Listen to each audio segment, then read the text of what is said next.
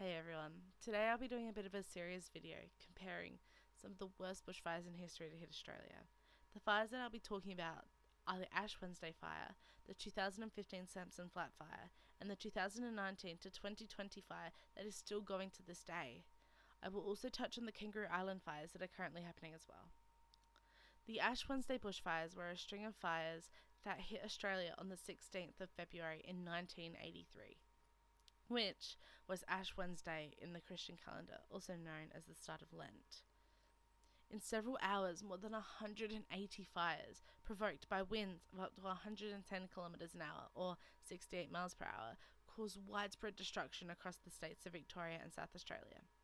Years of severe drought and severe weather combined to create one of Australia's worst fire days in a century. In Victoria, 47 people died, and there were 28 deaths in South Australia. That totals to 75 deaths, which is insane. This consists of 14 CFA and 3 CFS volunteer firefighters who perished across both states that day. Many casualties were a result of firestorm conditions caused by an unexpected and vicious wind change in the evening, which promptly altered the direction and magnitude of the fire front. The pace and intensity of the flames, supported by abundant fuels and a landscape immersed in smoke, made fire containment impossible. In many cases, residents fended for themselves as fires broke communications, cut off escape routes, and severed electricity and water supplies. Up to 8,000 people were evacuated in Victoria at the height of the crises, and a state of disaster was announced for the first time in South Australia's history.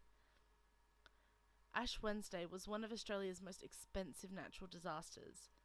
More than 3,700 buildings were demolished or damaged, 2,545 individuals and families lost their residencies, and livestock losses were very high, with more than 340,000 sheep, 18,000 cattle, and numerous native animals dead.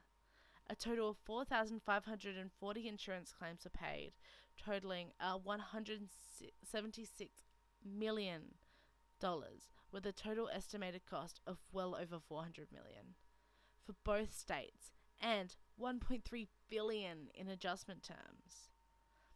This tragedy saw one of the largest numbers of volunteers called to duty from across Australia at the same time, which was an approximated 130,000 firefighters, Defence Force personnel, relief workers, and support crews, which is insane.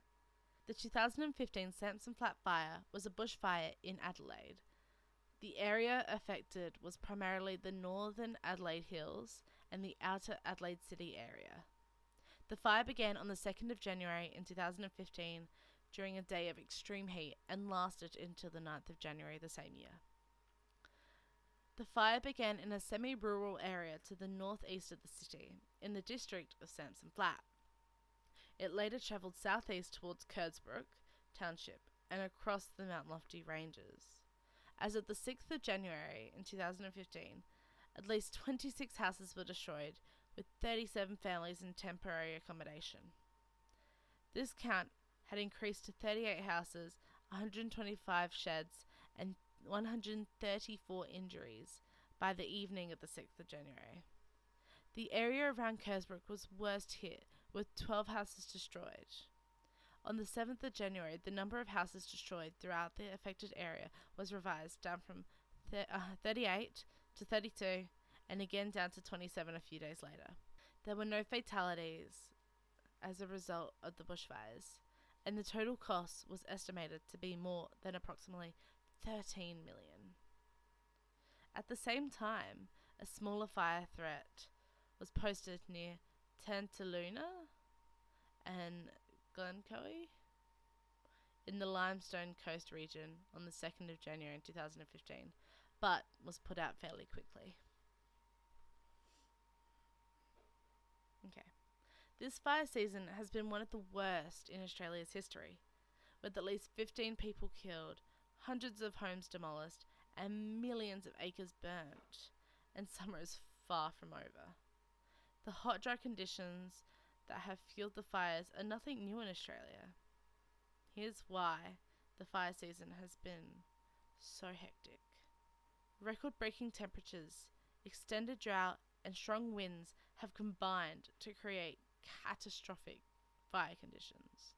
As a severe heat wave gripped most of the country in mid-December, Australia recorded its hottest day on record, with average heights of 107 degrees Fahrenheit or 41.9 degrees Celsius.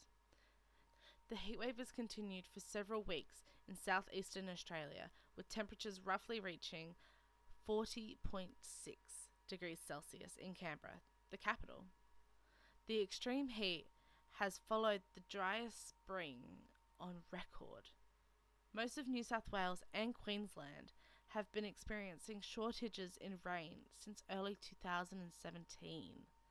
The drought has hit the country's most valuable agricultural areas, including some of those that are now ablaze.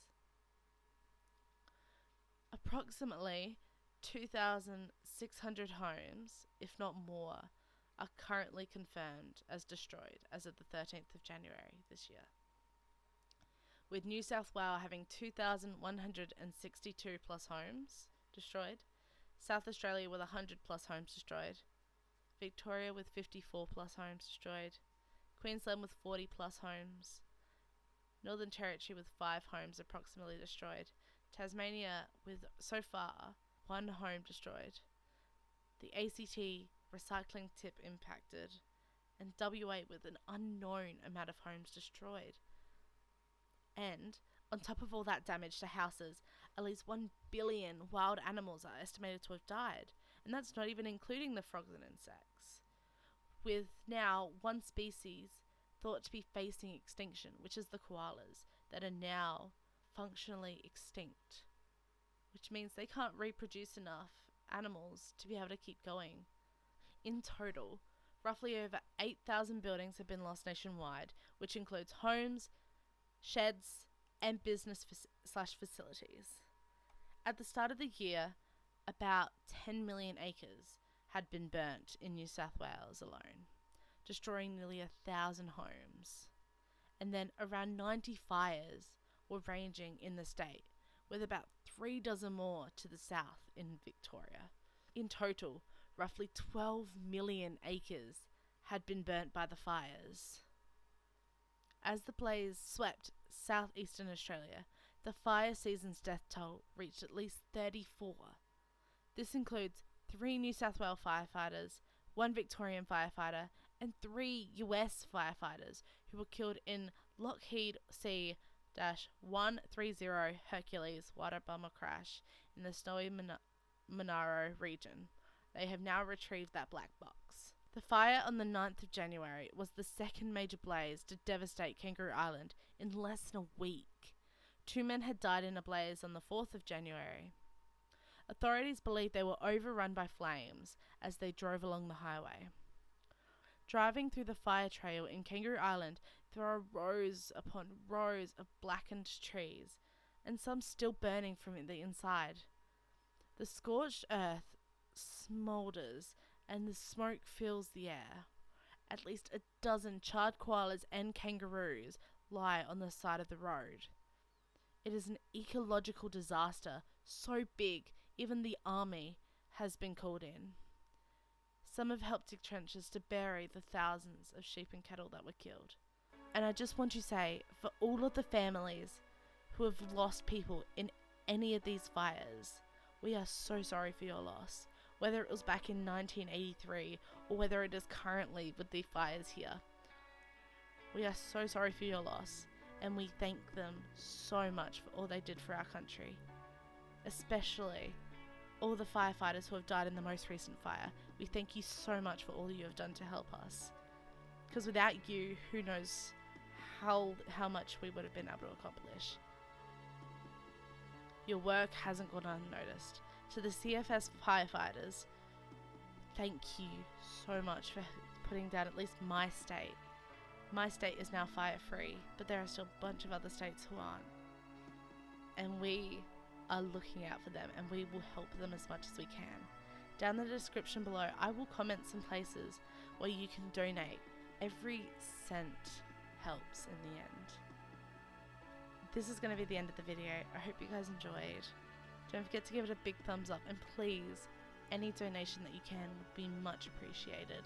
I will leave those links in the description below, as well as any other stuff, like all of my details. Give this video a big thumbs up if you want to show your support towards these CFS volunteers. There are so many volunteers who aren't even firefighters, who are out there helping people fight the fires, save as many animals as they can, and doing all that they can. And we thank every single person who has helped in some way, shape or form.